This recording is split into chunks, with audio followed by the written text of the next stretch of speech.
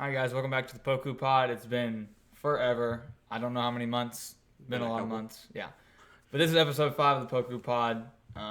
We're back. We're ready to record. And we're going to get it started off with the 2021-2022 NBA Awards. No, that's right, because this year is going to be a crazy award race. I mean, you got so many guys potentially winning, and it's people that you don't really expect, to be honest. You got Ja Morant, who, I mean, shout out to you if you actually call that at the start of the season, but hey, Ja Morant could be a potential MVP candidate. You got DeMar DeRozan, you got Joel Embiid. The probably number one favorite, he is the Vegas favorite, so what do we think about Joel Embiid? I don't like his play style, in my opinion. He shoots too many free throws, just in my opinion. And doesn't shoot a lot of free throws.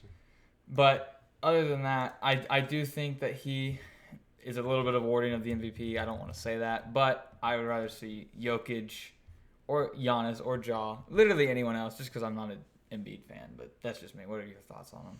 Well, I'm gonna be like more of the central point of view. Yeah, it's kind of annoying to watch Embiid play sometimes, and because of his antics, it could be really funny as well. But it just depends on who he's playing against. But also, I do say I can't admit that he's probably one of the favorites right now because, like I always say on my page that I used to post on a lot, it's the standings matter so much, and a lot of people don't consider the fact that the standings are so important. They're like last year, whenever Stephen Curry was going absolutely insane, and everyone was like, "Man, he got robbed." Well, it was pretty clear that if you watch a lot of basketball and seen throughout history, it's really rare for someone that's not like a 1 or a 2 seed to be winning the MVP. Yeah.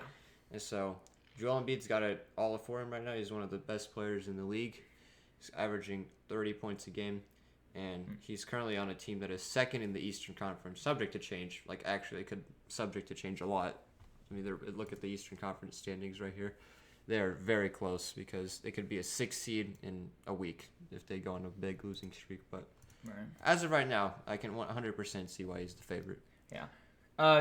Steph could have had that. I know we're going like off the rails, but Steph could have had the MVP had he made like the 7 or maybe even the 8 and outside of the play-in game. I think he could have actually had it. But you're right, Joel Embiid, they're the 2 seed right now, and a pretty confident 2 seed. They're not going to jump the Heat. I think the Heat have the 1 locked up, almost locked up. They don't have it completed yet, but there's a chance that they could, fall down in the standings. Yeah, Joel Embiid's the MVP. Yeah, and again, there's still a couple weeks left, so some things could change. Maybe he just drops 5 points again. That's not going to happen, but anything could happen in theory. And Jokic has been that one period a few weeks ago where he was just absolutely going insane. I was like, wow. I mean, he's about to get it locked down. And I think he actually had the NBA.com award race for MVP. I think they do actually have Jokic at number 1 right now, if I remember last time I checked. So they disagree with Vegas odds here. I mean, I agree with it. I think Jokic is. Just because he's carrying this team and he doesn't have, I feel like he doesn't have as well-rounded as a team as Joel absolutely. Embiid. Because especially now. Yeah. If you take a look at those advanced metrics and all those stats where you take away Nikola Jokic and then see how the team plays, it's just incredible. He leads the team in almost everything. And I would say that based on, like I said, again, take away the standings part, and I think he is 100% the clear-cut MVP because of all he does for the team. Yeah. But, again, the Denver Nuggets right now, they could be slipping into a play-in tournament spot soon. And so if that happens, like I said, I can't be judgmental again because I said Steph Curry can't win it last year. Yeah. The same thing for Jokic. If they keep sliding down the standings, because other teams around them are doing really well right now. Yeah. I don't think I could give it to him, but if they can get carried up to like the 5 or 4 seed, I'm not exactly sure how far away they are. If I check here, they're actually very close, so they could end up being a 4 seed. And 4 seed for me, that's a pretty good spot for getting the MVP. Especially in the West. Yeah. Especially if all those injuries they've had on that team. I mean, you got rookies like Bones Highland stepping up, and Jamal Murray's out. MPJ, granted, was bad, but he's still injured. Yeah, Cousins, he's been good for him. Cousins is a pretty good, Yeah. And who else? I feel like I don't know. I wish they were able to get Jamal Murray back by the playoffs, but I don't know how possible that is. I don't think they'll rush it, but yeah, they don't know. It was not close to returning. Oh yeah. I thought Michael Porter Jr. was close. I thought he was close, but maybe he had a setback. Which I wouldn't be shocked if he did because, man, MPJ with all the injuries. It kind of sucks. Yeah, MPJ is pretty injury prone in my opinion. So I guess we have our MVPs locked up, and now we'll move on to the Rookies of the Year, where we actually have a guy where we know and we've seen him, the most. And that's Josh Giddey. And I wish Josh Giddey could be up there. And I feel like, in my opinion, he should be above Cade Cunningham. But Cade, in this last stretch of after the All-Star break, that's the stretch he's been on. He has been clutch. He leads the clutch points, which actually Sadiq Bey's 5th in that. Or that's probably subject to change since I saw that. But you have two guys that are a first year and a second year leading in clutch points in the whole entire NBA. Yeah, he's kind of got to go up there. But I just say Josh Giddey's won Rookie of the Month, 4 times? Right, yeah. And that's just something for me to think. But then again, the East has a lot better ones because they have Mobley, Cade, Scotty Barnes, France, Ayo Dosunmu. Actually, they have all of them that are in the top it's pretty crazy. 7 besides Jalen Green. But Jalen Green has no chance. No, I mean, yeah, like you said, he has won it 4 times in a row. A bit of a lack of competition because, I mean, I'm even surprised that Jalen Green is even second because he has been a bit better recently. Jalen Green, that is. He was absolutely terrible to start the year. He's one of the worst rookies in the entire draft class. At the beginning. But I would agree. I think Evan Mobley is just a complete odds-on favorite. Not only have the Cleveland Cavaliers been really good. They're in the 6th seed right now. No one expected that. So that means that not only him, but the other people on the team have been really good. And not to mention the fact that Colin Sexton, Darius Garland have been picking up injuries. Colin Sexton's still out, and he's not coming back. No. And despite all of that, they're still been competitive. And that's thanks to a lot of the defense provided by Evan Mobley, Jared Allen, etc. So, in my opinion, I think that is the odds-on favorite, and I would be really disappointed if anyone else wins it. Yeah. Like you said, Josh Giddey would be nice to see him win as a biased point of view. Yeah. But he's been fantastic, and he's gonna have a great career. So I'm not worried about that. And Cade Cunningham, I think he personally should be at second right now. Because if this was post All-Star break, he'd probably be first. He'd probably be first. Yes. Been absolutely kind of like Jalen Green, except on the higher perspectives, was pretty bad to start the year, but it's not really surprising because unlike Jalen Green, he had some injuries he was coming back of, and he was also settling into the league. But now he's been unbelievable. Yeah. Shows why he's the number 1 pick. So. Yeah, you're right. If it was after the All-Star break, he's won, but it's tough because obviously they only have 19 wins, so that makes it very, very tough. They're eliminated from the playoffs, so there's no way, even the play-in. If I'm not mistaken, right? No, they're done. So. They're done. Yeah, because the Pacers are done. I guess I got to think about that. I never really looked at it like that Josh Giddey doesn't have any competition at all, really, because Kuminga, in my opinion, has sometimes been better than Jalen Green at points. But Jalen Green has picked it up recently. Evan Mobley has to be a lock. I just kind of thought about it. Do you think that the Cavs are better without Sexton or no? I don't know. I don't think so. I think they've shown to be about the same level. Yeah. So I do reckon I see one of them being traded soon. I think you go Sexton because now you have Karis LeVert, and it's like I don't understand that trade. I love Karis LeVert. I would love for the Pacers. You don't understand it? Yeah, I just didn't understand the trade. You traded for Karis, and then you give him right up for Ricky Rubio and a first of some sort. I don't even think if it was Ricky. Was it? I don't remember. But anyways, yeah, we could pull up the trade here in a second. The fact that I even forgot that Ricky Rubio was on the Cavs for a second because he's picked up that ACL injury. Yeah. So he's been also, again, part of the injuries that have been injured. Yeah, there he is. Yeah, there he is. It was Ricky Rubio. Okay, yeah. I just forgot he was on the team. So now he's gone. But whenever he was playing, he was actually playing really well. He was. And then he got injured, and they continued to chug on. So it's been really impressive. I remember at the very, very, very beginning of the season, there was like a small odd that you could bet. Or not a small, but it was like plus 20-something thousand that Ricky Rubio would win MVP. It might have even been more than that, but it was just kind of like a prop joke bet. So some Spanish guy was like, yeah, bro, this is all me right here. I got to make it rich. And, stuff. Yeah. All right, so I think the two ones we've been over are a lock. And now we're going to get on to the 6th man of the year, which I don't know really if there is a lock almost, but as Las Vegas, they have it as Tyler Hero. What do we think about that? I think that's a pretty good one right there because, Tyler, first of all, I kept poking fun of Tyler Hero last year for being overrated. Yeah. And, okay, excuse me, my PC wants to update. Anyways, Tyler Hero this year has been absolutely brilliant, and he's been rejuvenated. Part of the reason why the Heat have been so good again after their quote-unquote bubble guppies season that everyone's saying, and now they're back and looking really good. Last couple games, he's been absolutely on fire, and the whole season he's just been a fantastic player. And so I would say I think it is a just 100% guarantee. This one might be even a more guarantee than what's MVP. So the last two, I think. Yeah, I take it back because Kelly Oubre, he's not. I mean, he's not there, and Kevin Love's not there. I do think Montrezl Harrell could be there. He would have played like all year, but I don't know. I think Charlotte's kind of in a weird spot too. So, but my goodness, looking at Tyler Hero, I mean, 26, 29, 30, 22, 17, 31, 21, 27, 30. I'm like, my goodness. He's their leading scorer. Technically, him and Jimmy are the same at 21.1, but still, that's insane. He has been absolutely crazy this year. That's just this month, too.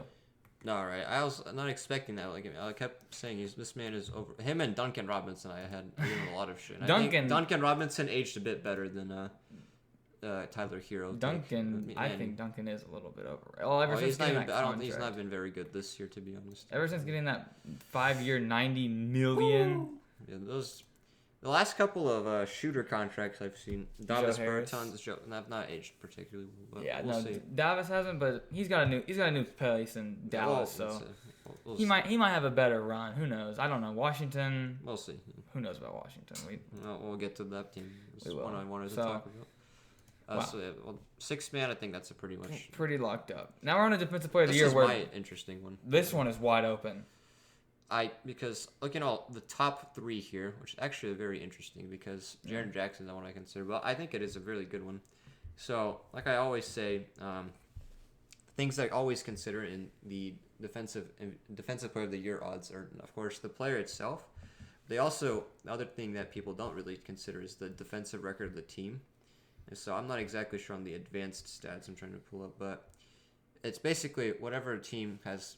The best defensive team's best defenders, the best way I can put it, is who usually gets the defensive player of the year odds. And to be completely honest, I don't know who that team would be right now.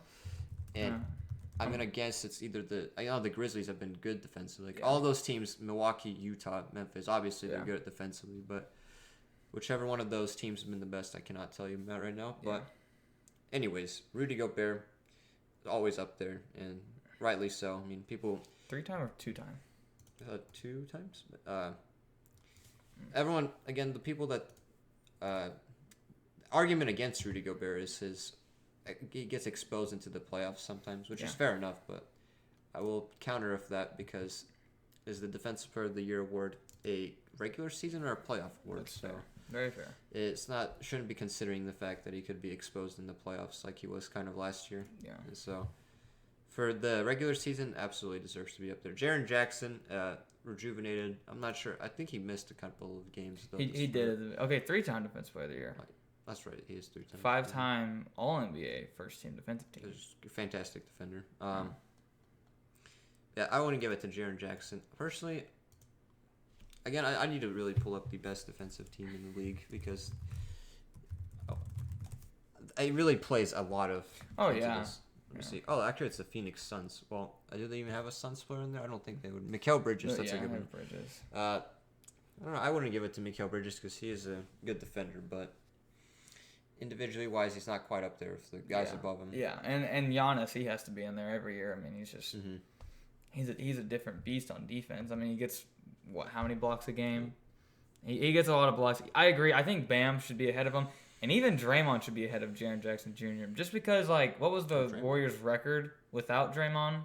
And that's... Oh, it was disgusting. It was terrible, and their defense was awful, and they needed Draymond very bad. Actually, now you think about it, I think I might have Draymond Green. The only thing that I can say here, if Draymond Green was not injured and missed a bunch of games, not even a bunch of, but he's missed games, I think he should be the odds-on favorite because...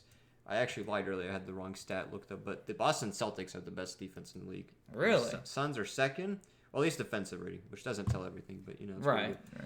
The Golden State Warriors though are third, and that's all to Draymond.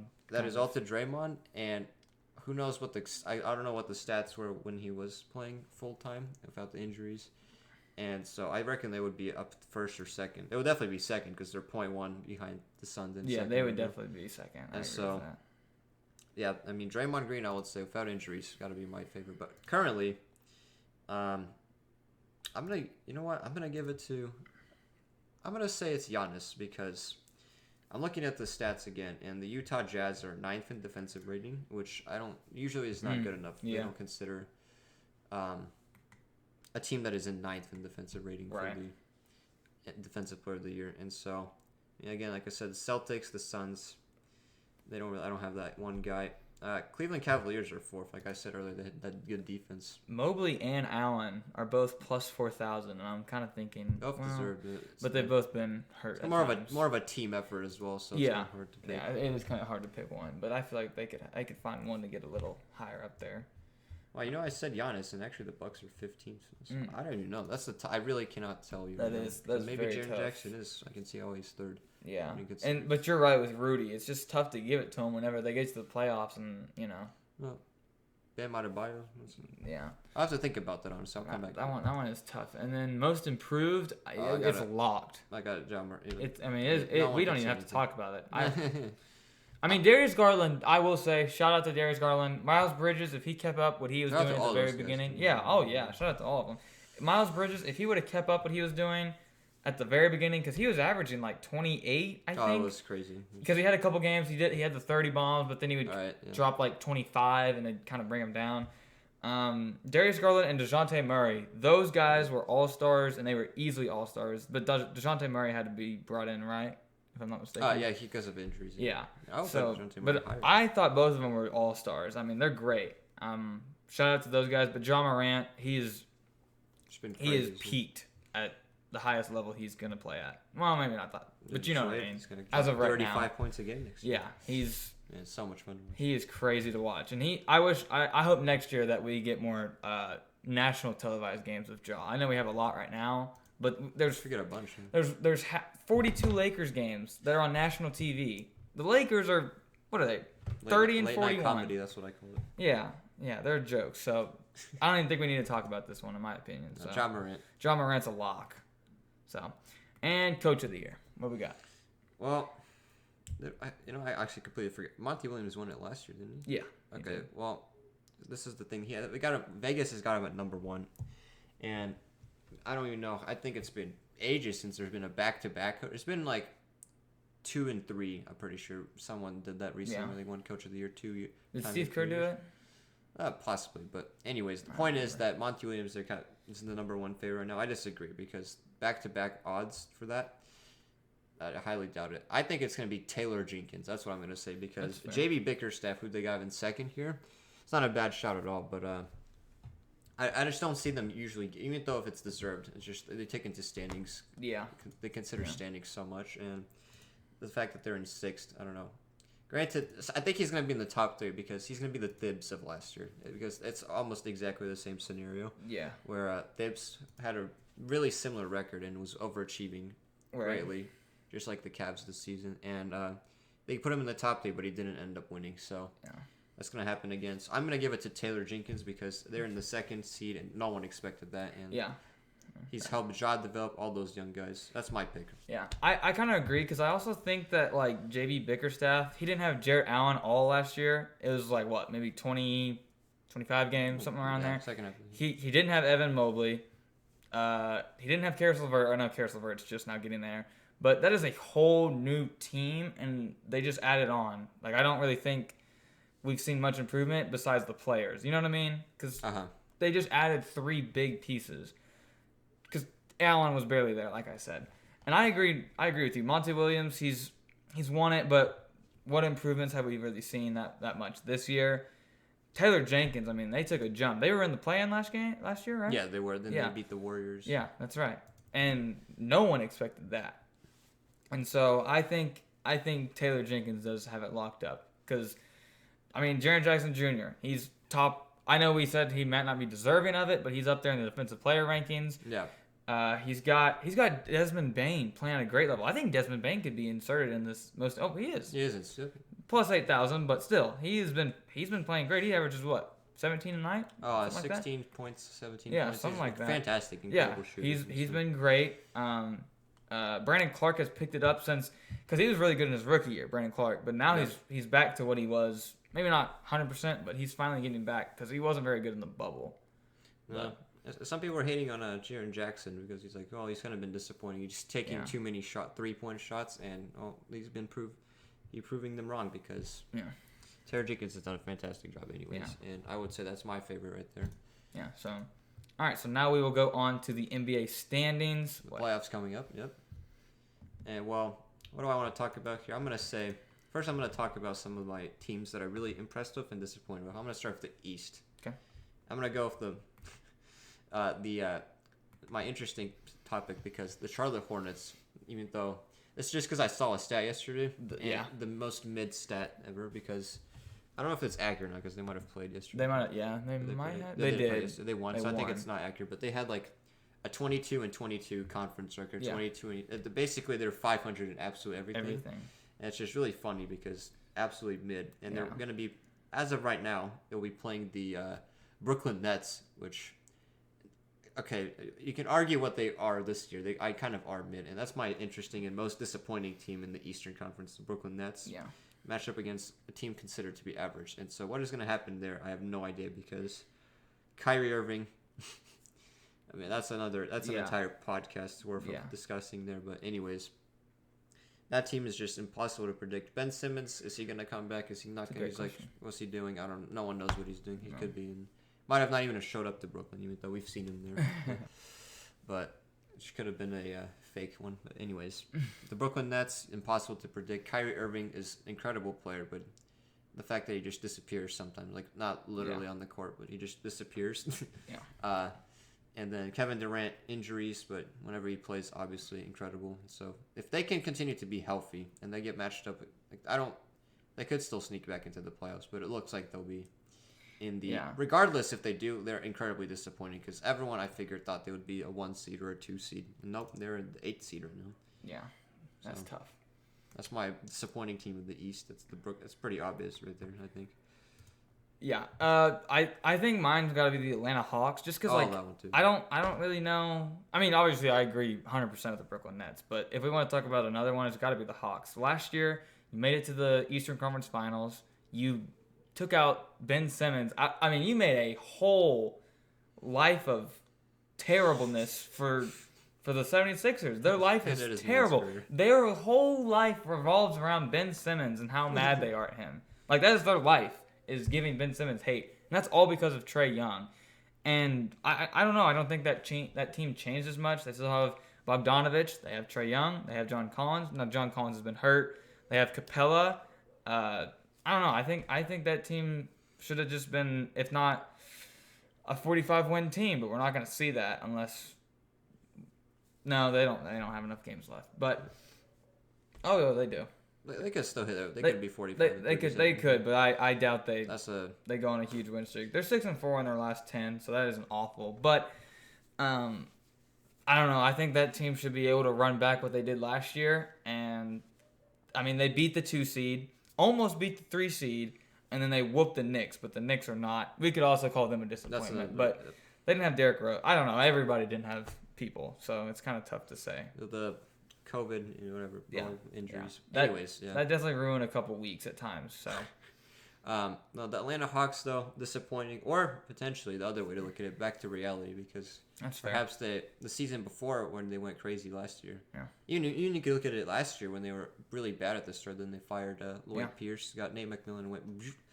So maybe they are just back to reality, and they are in fact a mediocre team. And so they just I don't think they've really got a lot worse, if anything. But granted, they are pretty much locked in for at least. Well, they are locked in. There's no way that those teams below them are getting into the play-in. So I'm sorry if you're a Wizards, Knicks fan. Yeah, there's no way. Both of those teams should not be getting in, and I would be really disappointed because those teams are not good. Anyways, the current play-in tournament right now that they have is set up to be a fun one because subject to change, of course, but Raptors, Nets, Hornets, Hawks, all of those matchups would be incredibly intriguing because those playing games are literally life and death too, because it's not like it's not like a 7-game series, and always makes it exciting. Yeah. And I mean, I guess looking at the other end of the spectrum, most impressive team are right there next to each other, 6 and 7 seed. Toronto Raptors is my pick. Well, it's got to be Cleveland, but the Toronto Raptors, perhaps I slept on them a bit, but I did not expect them to be a 7 seed, like I said. Yeah. I didn't say anything. I don't know why I said that, but anyways. The pickup of Scotty Barnes has been fantastic, and I remember that draft pick happened. Everyone was like, "Oh, what the hell? What is this?" Yeah, and they were not happy with the pick of Scotty Barnes at all. He's proven them wrong. So. Yeah, I agree. The 7 and 6, I mean, they're great teams. Cavs and Raptors. Getting Gary Trent for absolutely for now I'm blanking. Who'd they get him for? He's on the Clippers now. We're going to look like casuals. Norman Powell. Sorry. Names are hard sometimes. Yeah, I mean, he just got traded from the Trailblazers. But, I mean, honestly, Norman Powell, he was getting a bit older. Gary Trent's a young guy. I mean, I don't know what the Trailblazers that's a terrible trade. They could have had, obviously, they needed, like, a guy that's now. Like Gary Trent needed to go to a place where he could be proven. But Norman Powell was, he could be a scorer legitimate. They could have had a backcourt of Gary Trent and Anthony Simons and tried that, and they could still trade McCollum. They could still trade Lillard, and I think it would still work.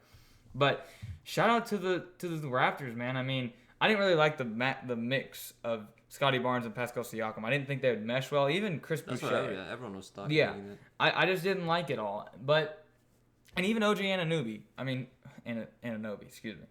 But I just didn't like the match. I thought they could have went with like Jalen Suggs, who obviously hasn't been too great.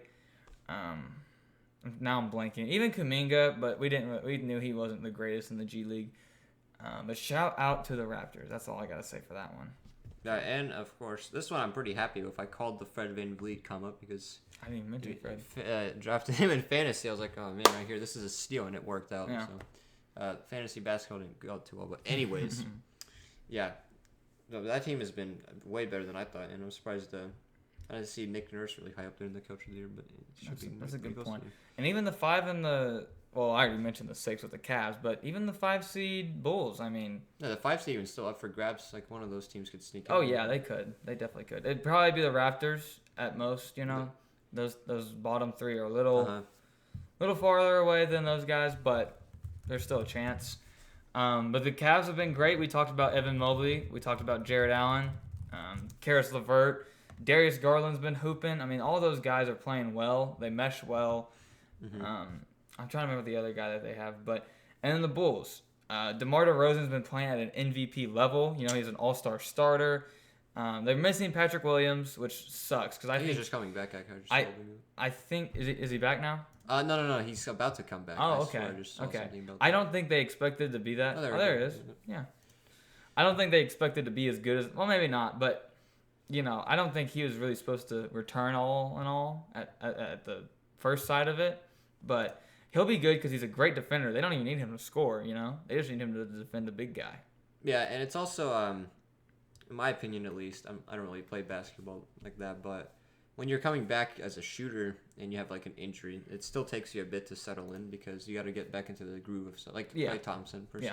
That's like a long and tough example. But defense, you're still pretty much in the groove. Oh yeah, you're still easier to come back. You got like a few games you need. Yeah, especially because it's his wrist. It's not like it's his legs where it's harder for him to move side to side. He's not going to be affected by his speed. Like an ACL injury. So. No. I actually pulled up here. I was curious to see because the 5, 6, and 7 seeders. So got the strength of schedule. And the Bulls, it's not surprising that they're currently on a 3-game slide and 2 wins in their last 10 as well, which is worse than I thought, to be honest. But they got one of the toughest schedules remaining. And on the other end of the spectrum, the Cleveland Cavaliers got one of the easier ones. Oof. So it's going to be interesting to see what they might be able to jump them. I think they could jump them, really. Wow. Do they play each other by chance? Do they play each other? I hope so. Let's see. I don't know why I typed the whole team name, but that'd be a good game. Literally. Oh, we just have a look at this. Not like that. We don't need to see that they beat the Pistons. Oh, they do play each other. March 20. Wow, so get that on the calendar right there because that's a must-watch. It is. And they play the Nets. So everything is up for grabs right there. Yeah, that's a huge game. And the Hawks. Yeah, I mean the Hawks are. They're not gonna catch them, but that's still depends on who jumps who and all. But 2-8 in their last 10. That is not tough. That is not very good. I don't know when Lonzo's supposed to return. Is he back? I don't think he is he? I'm not sure. I don't think so. It's been I haven't watched a game in a quick minute. I think he's still. Oops, I just clicked on Kobe White. No, he's not. Yeah, he's not. Yeah, I didn't think he was. But if they can get him back, that'll be huge to have Lonzo Ball because Lonzo Ball is a great defender. He's good, well-rounded guy. Yeah, he is great. And then now we just have the top 4 teams who've all been great in their last 10. Actually, the Celtics, Bucks, they've been 8-2 in their last 10, and then the 76ers and Heat 7-3 in their last 10. Miami has that locked up, I guess. I think that's what that means. That means they're qualified for the playoffs. And they won their conference or division. Division. Clinch division. Yeah, got it. Okay. I called it conference. Wrong sport. Anyways, what was I gonna say? Oh, the Boston Celtics. The Boston Celtics is a team because the start of the season absolutely dreadful. Everyone is. Well, Boston Celtics fans, on the other hand, are always quite interesting to see what they have to say. But the Boston Celtics were rightfully so. The fans were disappointed with their team because they were really terrible. Yeah. And should have been doing way better with all the talent they had. They were calling for Amudoka.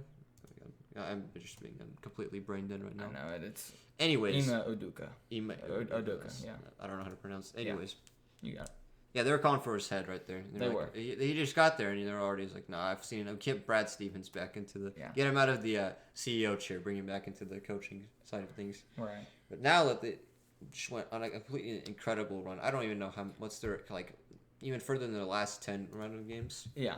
Like their last 20 or 30 even. It's just been some incredible form, and they've been on fire. Jason Tatum, potentially underrated MVP candidate. Jaylen Brown, always been fantastic. Right. And that's an interesting team to look out for, and we'll see what kind of version of the Boston Celtics shows up in the playoffs. And sometimes the Boston Celtics in the playoffs that was fucking insane. Well, now I'm thinking about it. It says last 10 they were 7-3.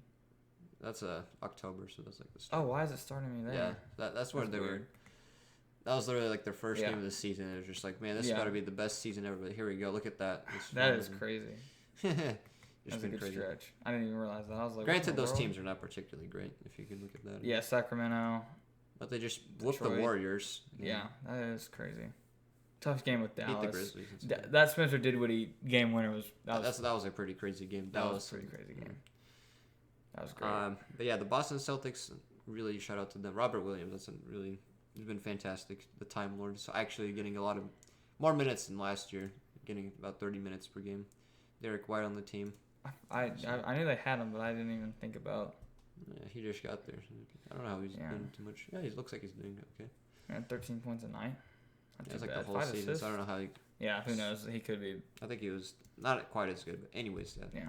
We'll see what they do. And, I mean, the 76ers, I don't have confidence in them, and I don't think anyone could have confidence in them with their last performance in the playoffs. No. But they have the potential MVP, and whenever you have the potential MVP, you get a lot of favorable matchups. Like, let's say they played the Raptors right now. That's a tough one for the Raptors. I don't know who's going to be defending him in the. Yeah. I don't have confidence in anyone stopping Joel Embiid. Yeah. You just get favorable matchups. So, and again, the Miami Heat, the really well-rounded team. Talking about Tyler Hero, Jimmy Butler. Yeah. That's going to be. The Eastern Conference, honestly more the first initial rounds I'm more excited for than the West. Yeah. Personally, for the first time in ages. Yeah, usually it's just the West so every year. Yeah. But this year, it's gonna look kind of the same, but you'll insert the Bulls and Cavs, obviously. Uh-huh. And I guess if the Hornets can make it out of the play-in this year, because they got what was it, 140? The Pacers beat them in the play-in last year. What was it, like 80? It was a terrible game either way. But hopefully they can make it out of the play-in this year. So I guess that's it for the East, and now we move on to the West. Yeah, in the Western Conference has been not quite as surprising, but there are some surprises. So I'm gonna go for I don't need to talk about this one too much for my disappointing team. I'm just gonna it might be the Los Angeles Lakers. Surprise. But I really don't need to say much besides the fact that team doesn't click together. They need to, if they don't like just completely blow it up and try to do something to build around one more season of LeBron. Yeah. Anyways, yeah, they've been terrible. I mean, the other disappointing team I could say is the Portland Trailblazers. Mm-hmm. Damian Lillard's injuries, so they just, I mean, absolutely killed the team. Made it no reason to really watch the Trailblazers at all. Yeah. And they were laughing at us Thunder fans, man. Okay, kind of deserved, I guess, but look at them now. We're not too far behind them. Yeah. So better watch out. If we weren't on an 8-game losing streak without Josh Giddey, we could have been right up next. Granted, the Trailblazers are not doing 1-9 in the last 10 this that's year. not great either. So yeah, those are my two disappointing teams. Yeah. And I don't think anyone can disagree with the Lakers. There's no way you can be like, oh yeah, the Lakers, man, they're pretty good. I mean, the Clippers are better than them. Clippers don't have Kawhi. They don't even have Paul George. No, and they literally have everyone back. I think. Yeah, basically. David Davis. Oh my goodness, it's as a Russell Westbrook fan, it's just like, which I don't want to support the Lakers because it's the Lakers. The two teams you don't support is the Celtics and the Lakers. I mean, they're ahead of everyone in titles. They're the annoying fan bases. The bandwagons, even the Nets too at this point. But, I mean, they're just a disappointment. They're on every night, but yet no one watches them. No one wants to watch them. They suck. I love to watch them because they suck. That's a good point. That's a good reason to watch them. That's exactly why we got to watch them. Yeah. I will say, though, if I want to give one team props, it's got to be the Minnesota Timberwolves. Oh, that's what I was going to say. I mean, I'm not a huge fan of Cat. I've never been. But I do love Anthony Edwards. I think that guy's a hooper.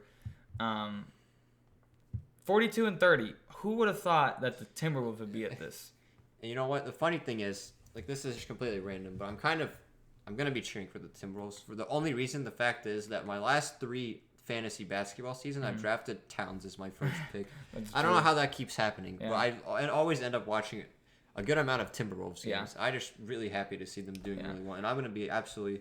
Honestly, I hope they can get out of the playing tournament, and they should be able to go back to the strength of schedule. Yeah. And I do like D'Angelo Russell. I loved him on the Nets. He was like, it was a tough time as a Thunder fan because like we were just now getting Paul George, and Paul George and Russell never meshed well. So I always loved to watch the Nets because they were a fun team. That's when they were doing their dances. Oh yeah, the bench. Yeah, and D'Lo was like, he was gonna get 28 points a night, and he was like their only player really.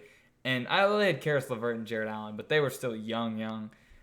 So I do like him. I do hate Patrick Beverley, so that's gonna suck. Hates Patrick Beverley. And then you have Malik Beasley, he's picked it up. He was not very good at the very beginning, but has definitely picked up his play in recent time. Well, the biggest reason why the Timberwolves, because they've got, of course, Russell's always been solid in the NBA. We know Towns. No.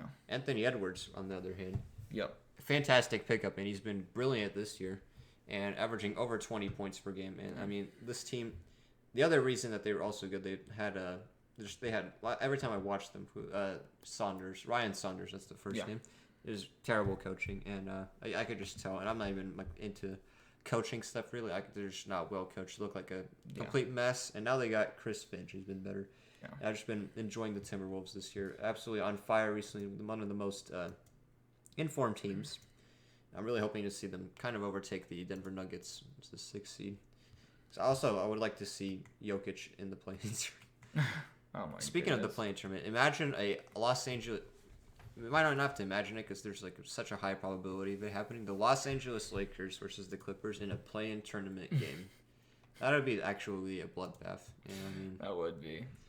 By chance, do they play again? They do not. But. Let's hope the Thunder can beat the Lakers. How funny would that be? Oh, again. Speaking of the Lakers, strength of schedule, both of those teams, Whoa. number 1 and 2. Lakers are by far number 1. That's the funny thing, and they've been terrible. Oh, they do play. Oh, the Pelicans and the Lakers? The Pelicans and so that'd be. They played twice actually. Could you imagine seeing they did play twice. Could you imagine seeing the Pelicans beat them twice? In that. Oh, I can imagine it. Oh my gosh! If LeBron doesn't make the playoffs. But he makes it because of the play-in. Oh my goodness. Speaking of LeBron, the play-in, remember what he said last year? I don't know if you remember exactly. We can get that exact quote pulled up. Hold on, let me just get the LeBron James play-in tournament. Did he say he liked it last year? Oh, he said he despised the play-in tournament. Okay. I couldn't remember because I knew he said he despised it, but I didn't know if that was this year and last year. He said he didn't. He said the creator of the play-in tournament needs to be fired. Yeah, that's what he said. Yeah.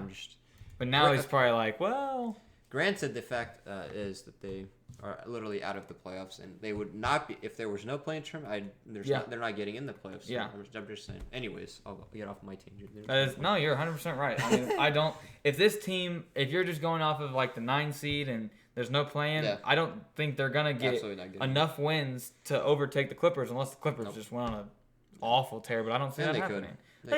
They could, but 4-6 in the last 10. Lost 3 in a row there. Yeah, lost 3 in a row, but Clippers, the Lakers are 3-7. So what am I talking about? Either way, it is just they're just not good. They're not fun to watch. They're terrible, but everyone loves it, so it's good. Yeah, everyone loves it except. Pretty simple. This is kind of like last year. You just insert the Warriors in and take the Lakers out, basically. Oh yeah. Except the Lakers still were in the play-in last year, but. Love me some Stephen Curry though in the playoffs. Yeah. It's kind of disappointing. Granted, I was cheering for the Grizzlies, obviously, because that's probably who I always go for an underdog. But yeah, I love seeing Stephen Curry just in the playoffs, especially. Yeah. It's just crazy when you. If can he would have won it this year and win the finals, Yep. That would solidify him for me as the greatest point guard of all time. I just have a tough time putting him in there, just because Kevin Durant came to your team and won the champion. You know what I mean? Yeah. I don't know. That's just me. They did mesh well though. You can see. Kevin Durant worked. Okay, I'm not gonna put on Kevin Durant, but Kyrie Irving and Kevin Durant. Yeah. They're not entirely his fault, but you can see how that they don't mesh as well as Curry. Yeah, everyone's started to the super team of the Warriors. You can see how that went. Look at the other two super teams, the Nets, the Lakers. Yeah, they're all the play. They've fallen apart. Yep. So, I don't think there's much. Everything else looks pretty. I mean, the Pelicans are they were absolutely dreadful, and they were kind of slowly and surely. Yeah, shout out to Herbert Jones. That team is actually. I'm kind of intrigued what happens there. I am next year. Will you pick up Zion next year? Oh, I'm not picking him up in there. Well, they are, but if Zion is, if he plays how he played his All-Star year, there's a chance. I mean, what did he average? 27. That All-Star year. Insane. But yeah, he's got the injury concerns, but I also saw it's also sometimes it could just be I don't want to use propaganda as the word, but basically this part where they said, oh yeah, Zion's 300 pounds right now. Not exactly sure if that was real or not. I don't feel like that one's real. Yeah, 27 points. But anyways, the fact they said that he's also lost 25 pounds. So if he can come back a bit, thinner, so he's not putting as much pressure on his legs and stuff. That's and he can stay more healthy. Then I'll be excited about that absolutely. Team. And yeah, even this year they have Jonas Valanciunas, they have playing great. CJ McCollum, and they have Brandon Ingram. So that's not a bad team at all. They could easily. Not make some noise, but they could make enough noise in the play-in tournament to be interesting. Yeah. Imagine Zion comes back for the play-in. All right, guys. I personally wouldn't even bother because not only granted it's if this was 2K, you just I'm gonna throw in an 86 overall. Right. That's gonna help, but he's gotta get back into the groove of things, and he's gonna average 10 points a game. I mean, this is speculation. You never know what's an actually happen. But he's gonna average 10 points a game to start, and so is that gonna help you when you're you literally cannot afford to lose many games. No, they can't. So. Well, all right. I guess that has been the podcast for the Poku Pod. Nice to be back, and hopefully we can get back into a consistent schedule. Hopefully have our playoff, when they actually get the official bracket, get that going, have a whole rundown, a mock draft. We need to have that. Dude. That'll be a good one, but we need time to think about that one. Absolutely. It'll be a little tougher, but yeah, this was the Poku Pod episode 5. Hope you guys enjoyed, and we're back. Peace.